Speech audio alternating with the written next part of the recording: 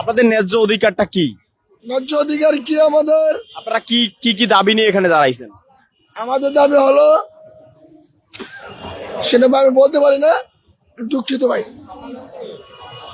আপনারা শাহবাগের সড়ক অবরোধ করে দাঁড়িয়ে আছেন অথচ আপনারা জানেন না? এটা আমাদের এখনো বলা হয় নাই। আমাদের একটাই দাবি, আমরা আমাদের যে ন্যায্য অধিকার, এই অধিকারের জন্য আমরা দাবি।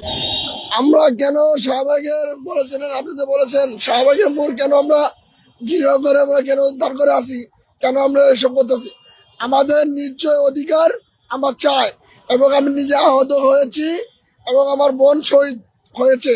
আমরা আমাদের কার্ড পাইনি এখনো। আপনাদের ন্যায্য অধিকারটা কি? ন্যায্য অধিকার কি আমাদের? আপনারা কি কি কি দাবি নিয়ে এখানে দাঁড়াইছেন? আমাদের দাবি হলো, সেটা আমি বলতে পারি না, দুঃখিত ভাই।